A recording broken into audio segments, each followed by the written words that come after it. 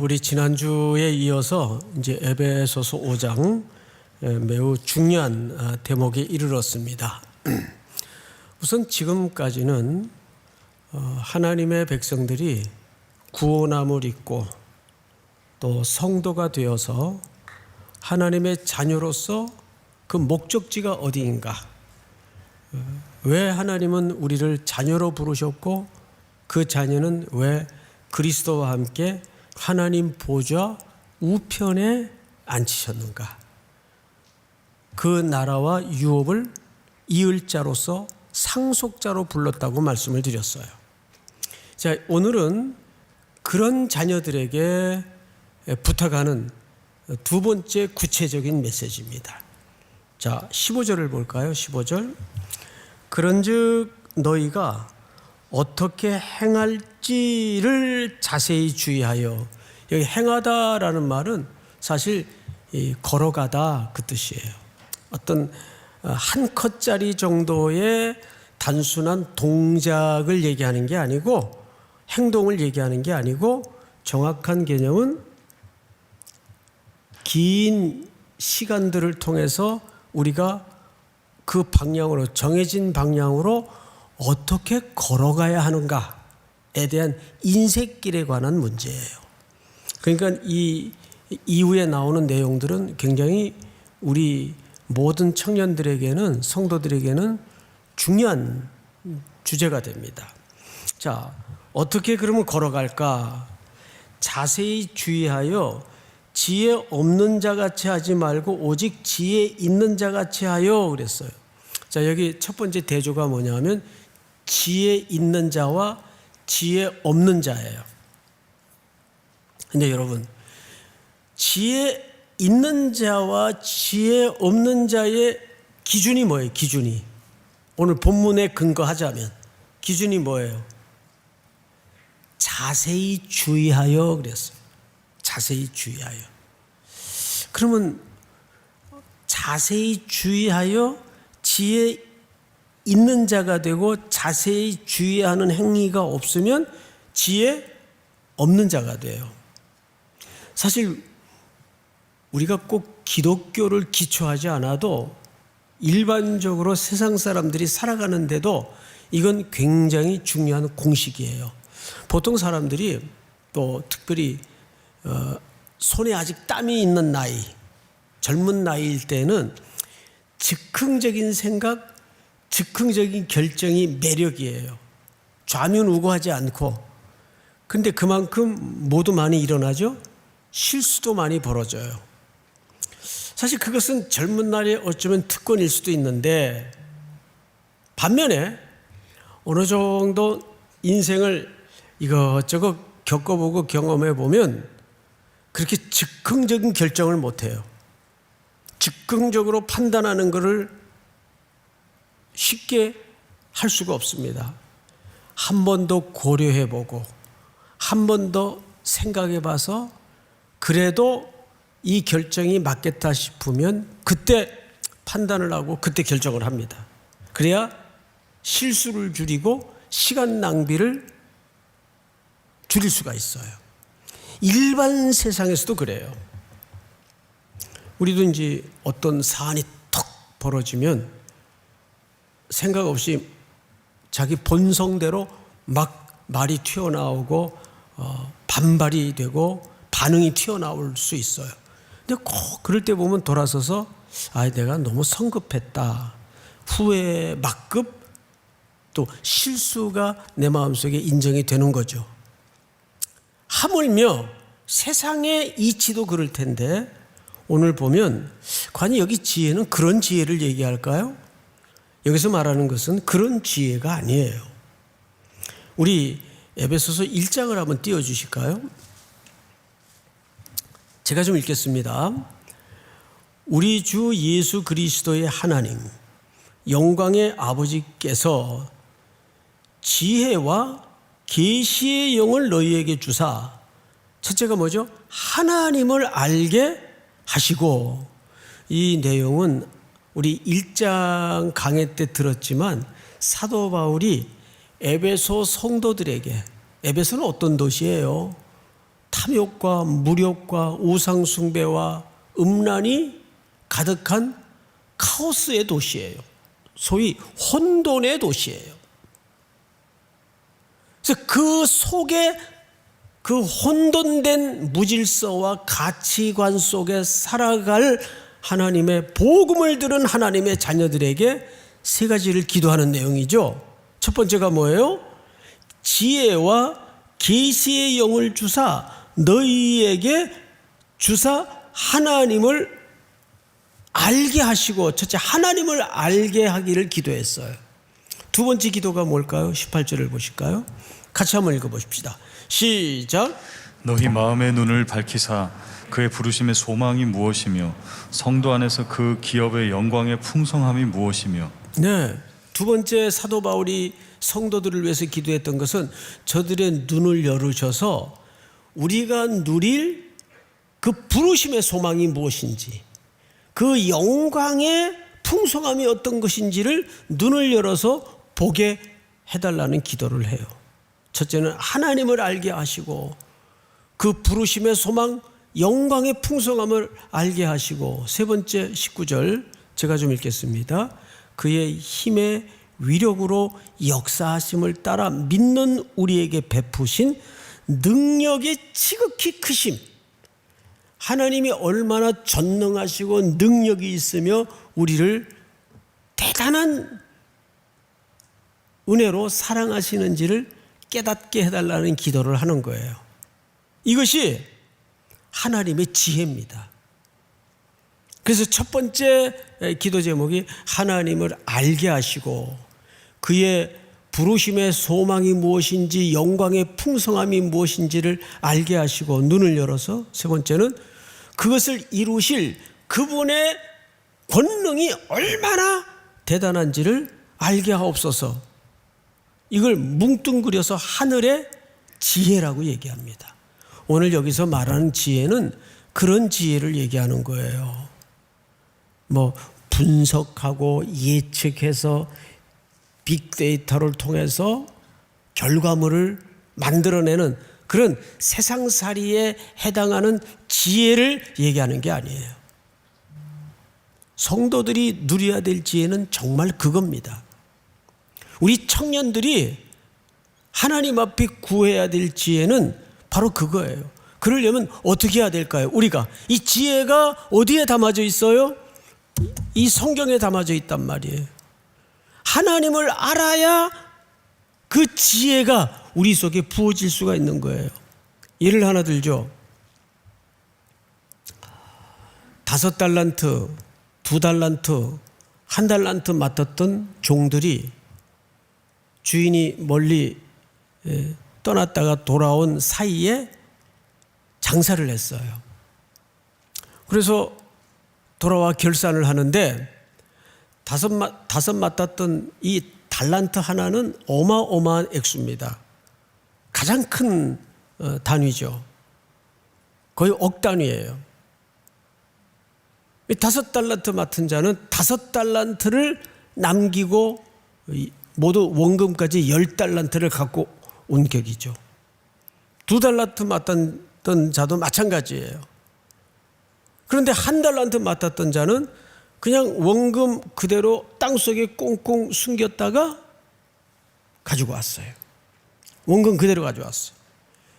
그런데 5달란트 맡았던 종에게도 착하고 충성된 종아, 네가 수고했다. 그리고 칭찬과 평가가 2달란트 맡았던 자도 똑같습니다. 그러니까 이것이 결과의 차이로 칭찬하는 게 아니었어요. 그 칭찬의 초점이 다른 데 있었어요. 1달란트 맡았던 자는 그러면 하나만 원금 그대로 남겨왔기 때문에, 아무것도 남기지 못했기 때문에 그런 멸망에 가까운 평가를 받았을까? 그런 이유가 아니죠. 성경을 유심히 보시면 5달란트 맡았던 종도 2달란트 맡았던 종도 중요한 수식어가 하나 있어요. 바로 가서 영어 성경에는 즉시 가서 이렇게 표현을 해요. 바로 가서. 그러면 생각을 해보세요.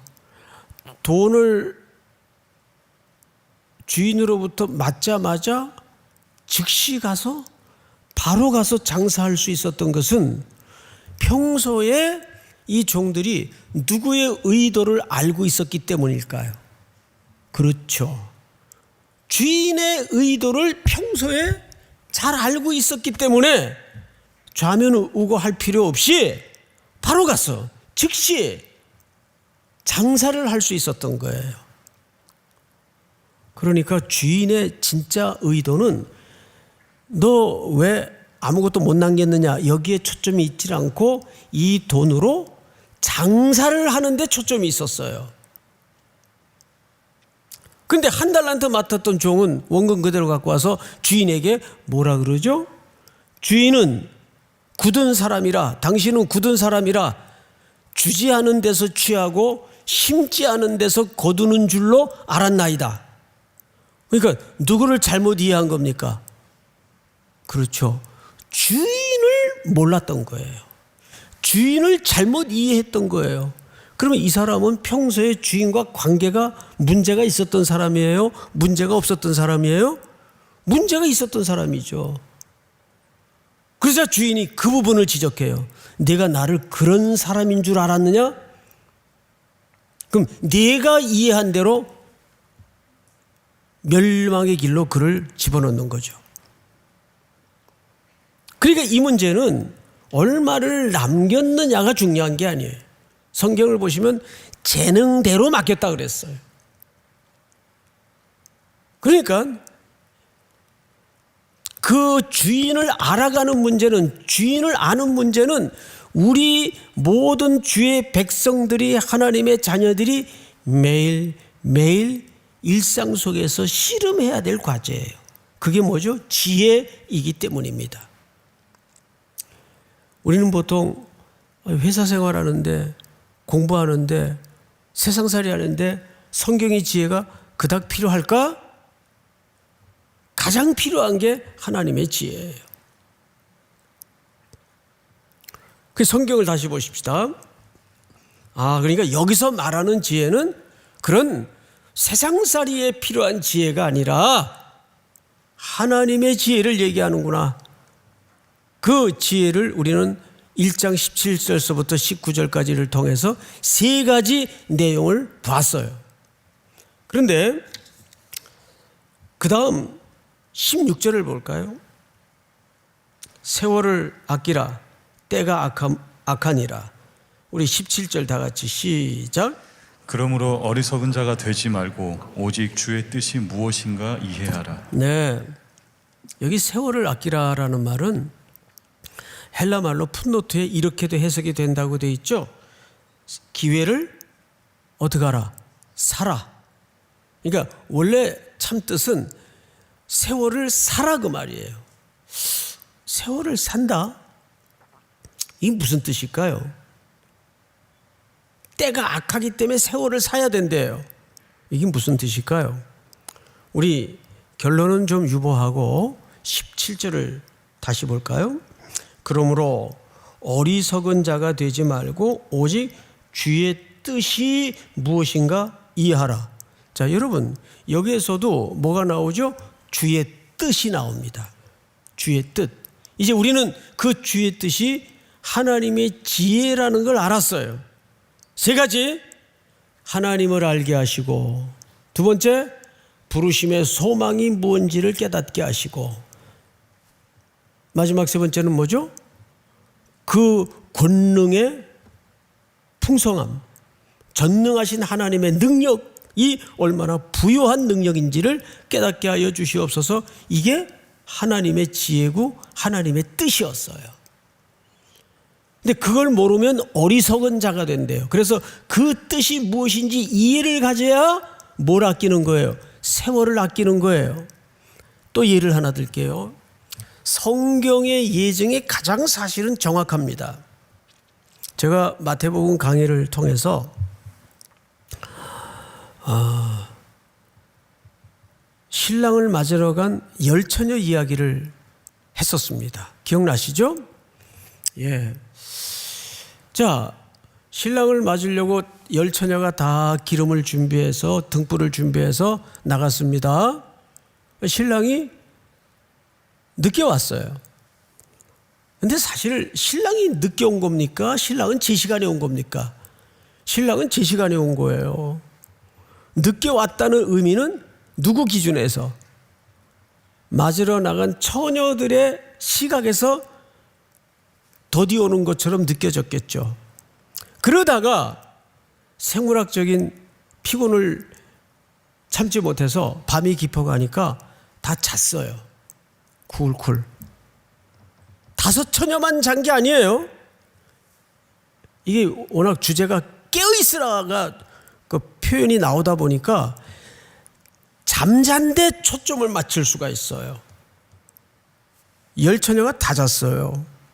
근데 어느 경점에 야, 신랑이 오신다!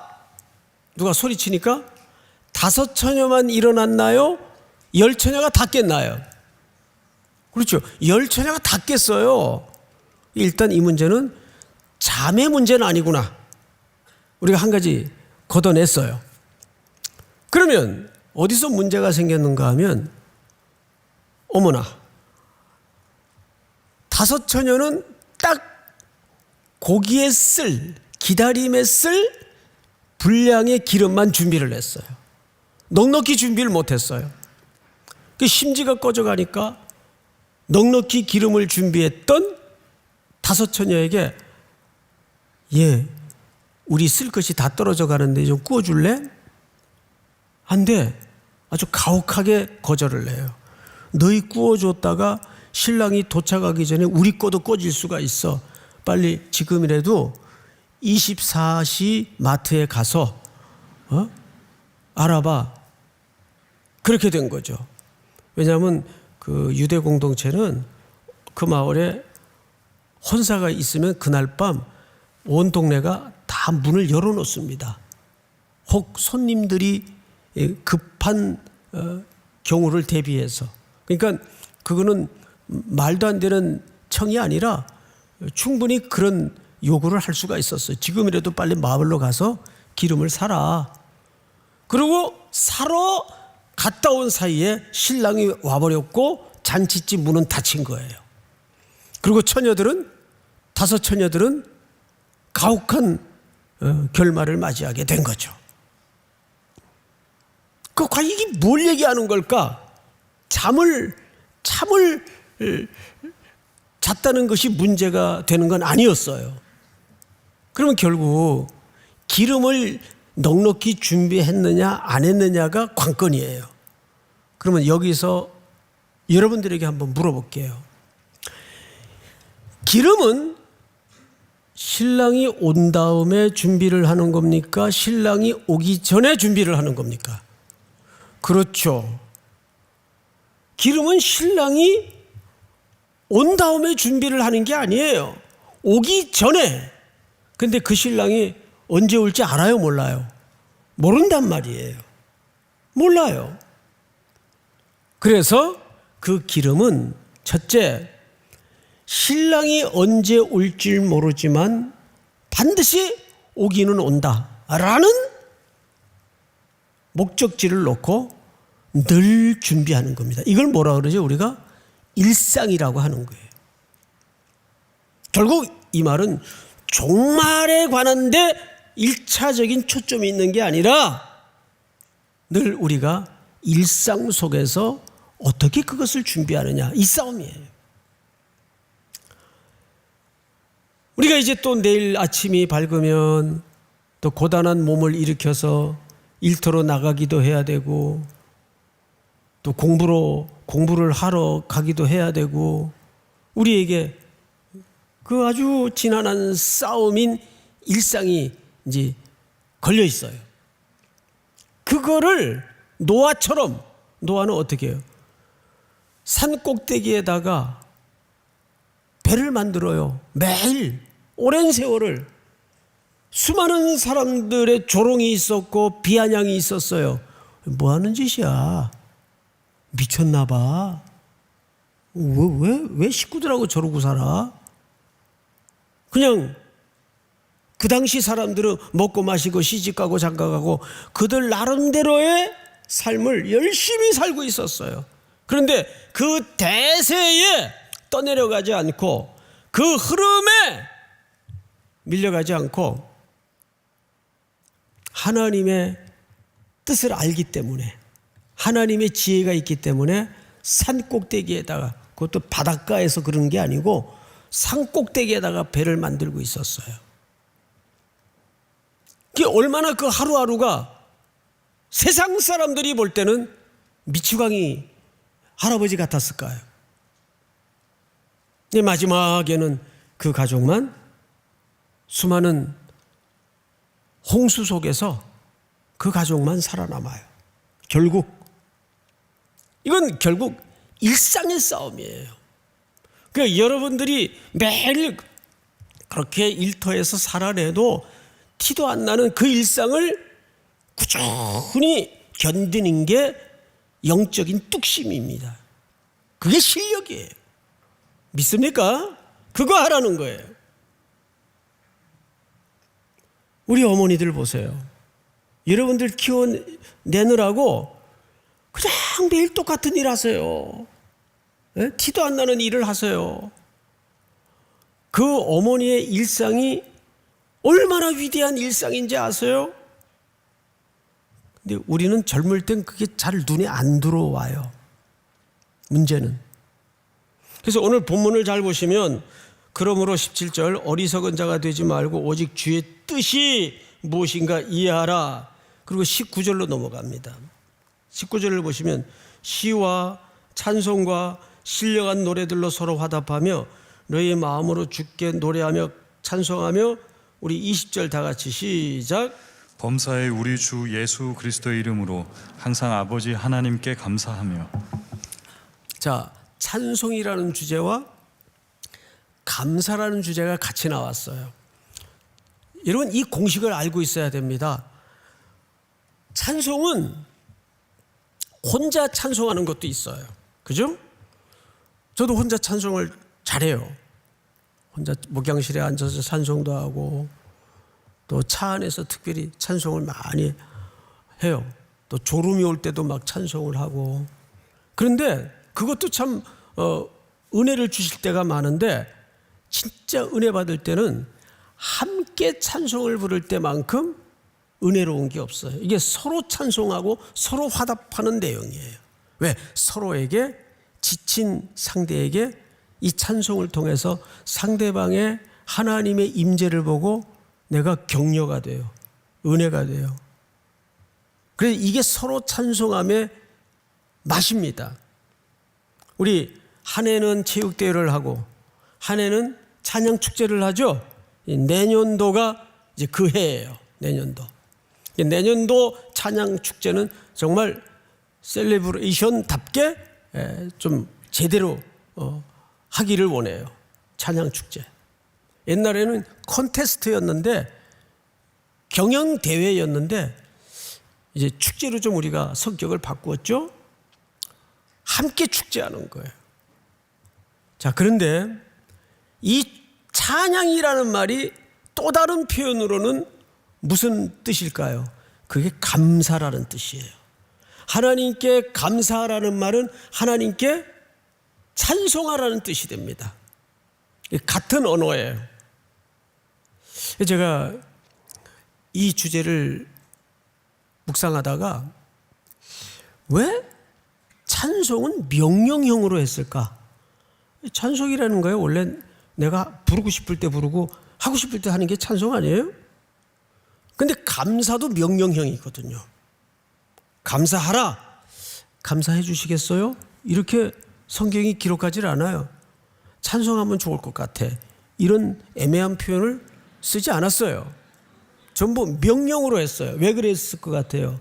이 말은 뒤집어 얘기하면 감사할 수 없는 환경에서, 노래 부를 수 없는 환경에서 노래하고 찬양하고 감사해야 된다 그 말이에요. 그렇다면 우리는 필히 인간의 공통 본질인 고난의 문제와 이 문제를 연결시킬 수밖에 없어요. 제가 일부 예배 때도 어느 한 부부의 예정을 들었는데 노총각이 있었어요. 그런데 이 노총각은 정말 골드 노총각이에요. 직장, 키, 외모 모자라는 게 없어요. 그런데 너무 기준이 높아요. 근데 오해하지 마세요. 세상적인 기준이 높다는 말이 아니에요. 정말 하나님 앞에 순전할 수 있는 자매를 위해서 오랜 세월 기도했어요. 갑자기 눈빛들이 밝아지는데 네, 좋아요. 분위기 지금 좋아요. 그대로 유지하세요. 이게 왜냐하면 이 시간이 지금 위험한 시간인지 알아요. 그렇게 이제 오랜 세월을 그런 기준을 놓고 그런 자매를 만나게 해달라고 기도했는데 성모 마리아 같은 자매가 나타난 거예요. 항상 긴 머리에 그리고 아주 얼굴도 달걀형으로 갸름하게 생겨서 얼굴도 작고 그리고 딱 분위기가 일단 그 분위기가 중요하잖아요. 마리아 분위기예요. 마리아 분위기. 그러니까 이거 100%예요, 100%. 그런 자매를 만나서 결혼을 했어요. 정말 이 가정은 그렇게 되리라고 온 교회가 기대를 했지만 그 이상으로 정말 홀리한 가정이 되어서 모든 교회에 귀감이 되고 본이 됐어요. 근데 아이가 안 생기는 거예요. 아기가. 그래서 구역에서도 기도 제목이고 원교회 기도 제목이었어요. 이렇게 뒤늦게 결혼을 했는데 하나님 이 가정에 생명의 선물을 달라고 기도하는 거예요. 그런데 아기가 들어선 거예요. 아기가. 너무 기뻐가지고 이제 자매는 직장도 그만두고 이제 몸 잘 조심해야 되니까 혹 또 유산이 될 수도 있으니까. 근데 한 몇 달 있다가 진단을 했는데 아기가 태어나면 장애를 가질 수도 있다는 참 가슴 아픈 진단이 내려졌어요. 여러분 그런 문제 앞에서 누가 아무도 쉽게 판단할 수 없거든요. 이걸 어떻게 해야 좋겠습니까, 목사님? 참 이게 내 문제라도 쉽지 않은데 목사로서 더더군다나 남의 문제에 대해서는 그게 쉽지 않은 판단이거든요. 결국 낳기로 결정을 하고 낳아 보니까 아이는 예상대로 다운 증후군이었어요. 그래서 온 교회가 이제 걱정을 했죠. 이거 어떡하나. 저 가정의 좌절이 너무 심할 텐데 어떡하나. 그때부터 이 자매가 아기를 늘 강보에 싸서 어디 가든지 아기를 보이고 자랑하고 웃고 기뻐하는 모습에 오히려 주변 사람들이 의아했어요. 아니 이건 뭐지? 그리고 그 광경을 보면서 더 애달파하는 성도들도 있고 그러지 않겠어요? 이제 저 자매가 앞으로 길고 먼 인생길을 저 고통을 끌어안고 걸어가야 될 텐데 그 생각을 하면 또 눈물이 나고 이렇게 된 거예요. 그런데 그때 그 가정을 위해서 기도하던 어느 자매가 한 얘기예요. 하나님 입장을 바꿔놓고 생각해 보세요. 어떻게 이럴 수가 있어요? 너무 안타까우니까. 근데 하나님이 그러시더래요. 그래, 입장 바꿔놓고 생각해 보자. 나는 전능한 하나님이다. 예? 나는 전능한 하나님인데 전능한 내가 내 아들을 그 고통으로 밀어넣을 때 마음이 어떻겠니? 전능한 내가 내 아들을 그 십자가의 형벌 속으로 밀어넣을 때 내 마음은 어떻겠니? 어쩔 수 없이 그랬다면 모르지만 전능한 하나님인데, 그러면서 그때 하나님께서 훅 주시는 마음과 생각이 뭐냐 하면,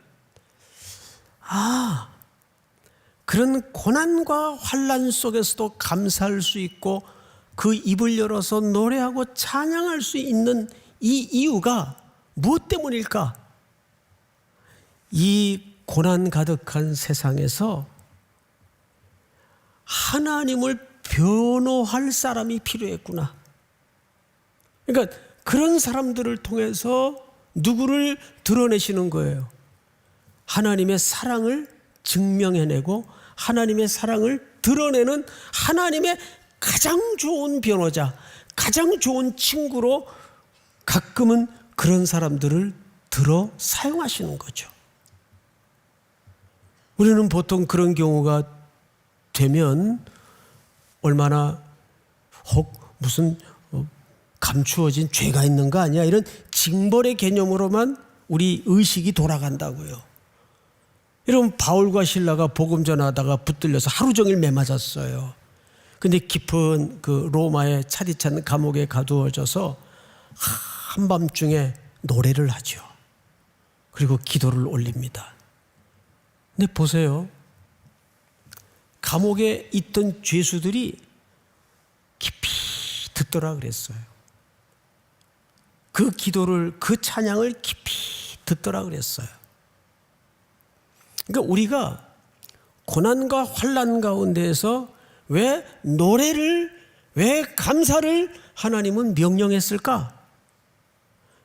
그것보다 하나님을 증명해내고 하나님을 변호하는 하나님의 좋은 친구들이 없단 말이에요. 그런 사람들을 통해서 하나님이 하나님의 십자가의 사랑을 증명해내시고 그 고난을, 그 의미를, 그 고난의 신비를 증명해내시는 거죠. 그러니까 주변에 우리 이웃들 가운데 참 신실한데 저럴 수가 없는데 하던 분들이 자녀를 잃어버리고 제일 가슴 아픈 게 자녀를 앞세우는 거 아니에요? 그 말이 안 되는 고통을 겪을 때 우리는 그것을 쉽게 생각하면 안 돼요.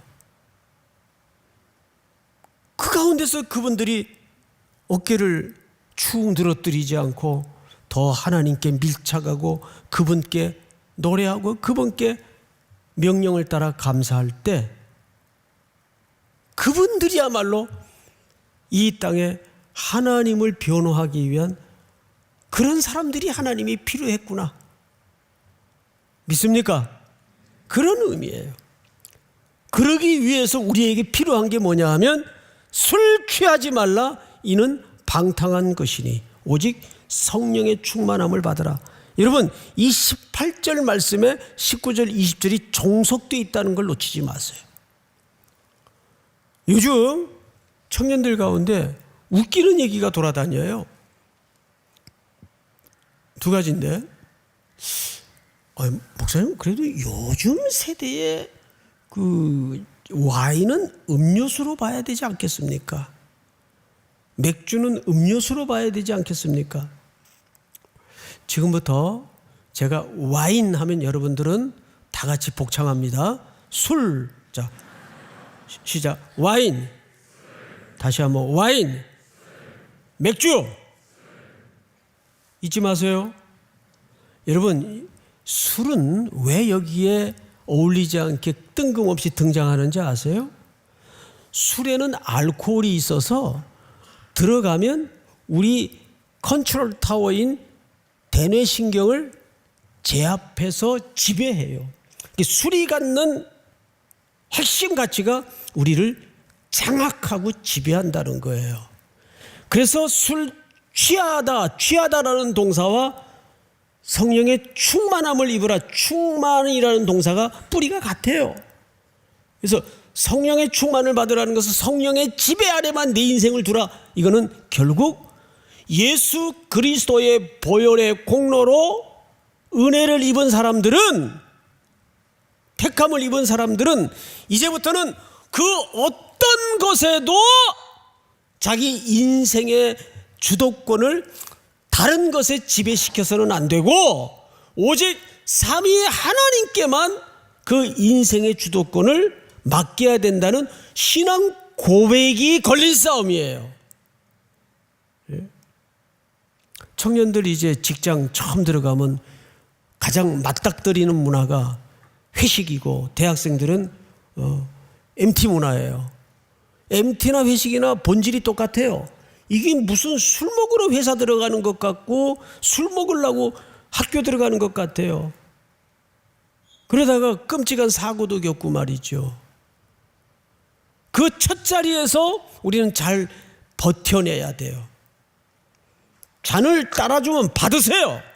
그리고 옆으로 살짝 치워놓으세요.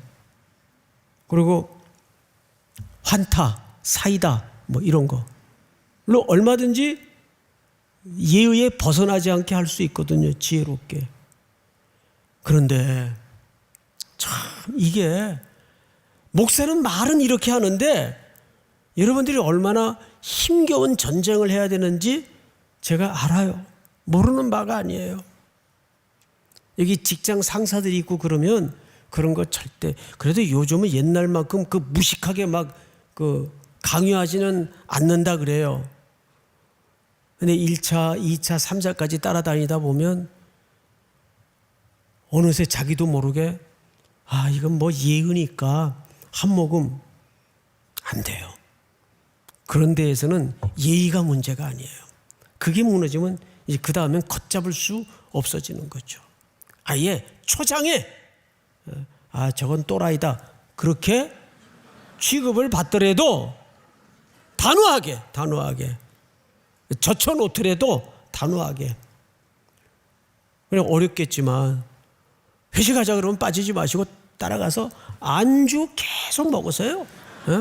밥 한 공기 달라 그래가지고 그 밥에다가 안주 넣어서 섞어 먹든지 비벼 먹든지. 그게 정말 청년들이 어렵겠더라고요 보니까. 그러나 이 대명제는 이거는 문화의 문제가 아니라 고백의 문제다. 이 싸움이라는 걸 놓치지 마세요. 오직 성령의 충만함을 입어라. 여기 술 취하지 말라, 이는 방탕하다라는 말은 뭐 허랑방탕 그런 개념이 아니라 세월을 낭비한다 그 뜻이에요. 믿습니까? 세월을 낭비한다. 그러니까 하나님의 지배 아래 있지 않았던 모든 시간은 낭비되는 시간들이에요. 시간을 낭비하는 거예요.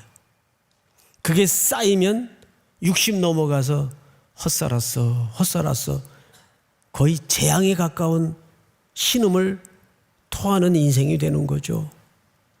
자, 우리 첫째 띄워주세요. 자막 시작. 어떤 인생을 살 것인가 분별하라. 둘째 시작. 그리스도 예수 안에서 영광의 찬송이 되는 것. 셋째 시작. 종말론적 긴장감을 가지고 서로 찬송하며 감사하라. 마지막 넷째 다 같이 시작. 새로운 라이프 스타일이 성령 충만이다. 우리 다 일어나셔서 허무한 시절 지날 때 우리 찬양하십시다.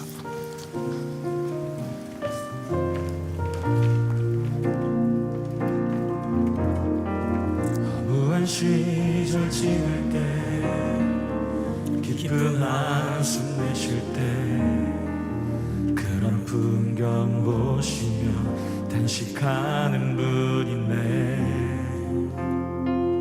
그와 같이 너희를 버려두지 않으리. 내가 너희와 영원히 함께하리라. 억눌린 자 갇힌 자,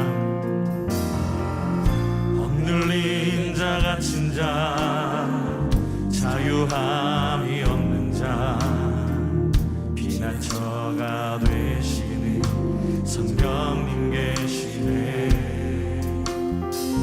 주의 영이 계신 곳에 참 자유가 있다네. 진리의 영이신 성령이 오셨네. 성령이 오셨네. 성령이 오셨네.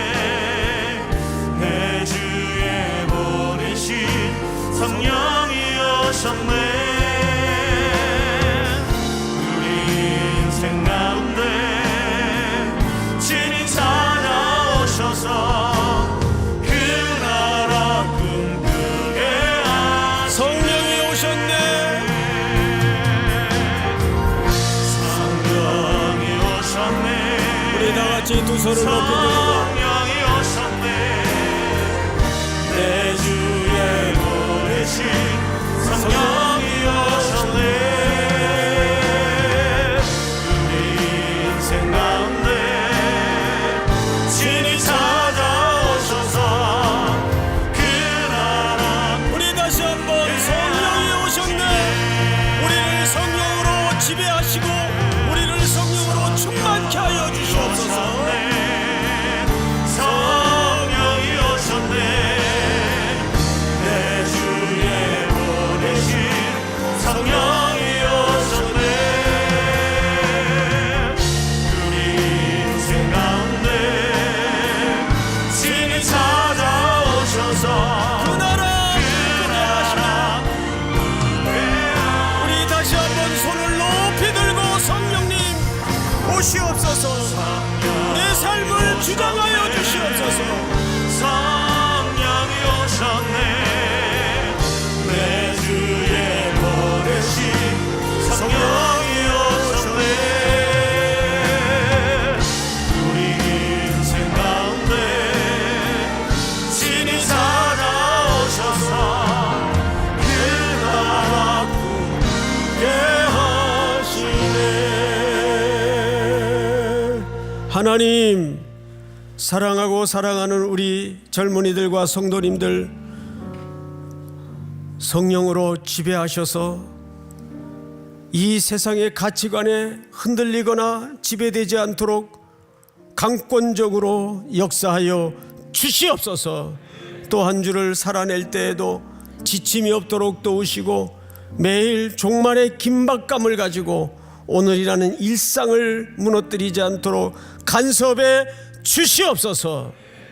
지금은 우리 구주 예수 그리스도의 은혜와 하나님 우리 아버지의 사랑과 성령님의 교통하심, 오늘 머리 숙여 경배를 드리는 사랑하고 사랑하는 귀한 우리 젊은이들, 성도들, 머리 위에 해외 군에 멀리 출타 있는 가족들, 그리고 복중의 생명까지 영원토록 함께 있을지어다. 아멘.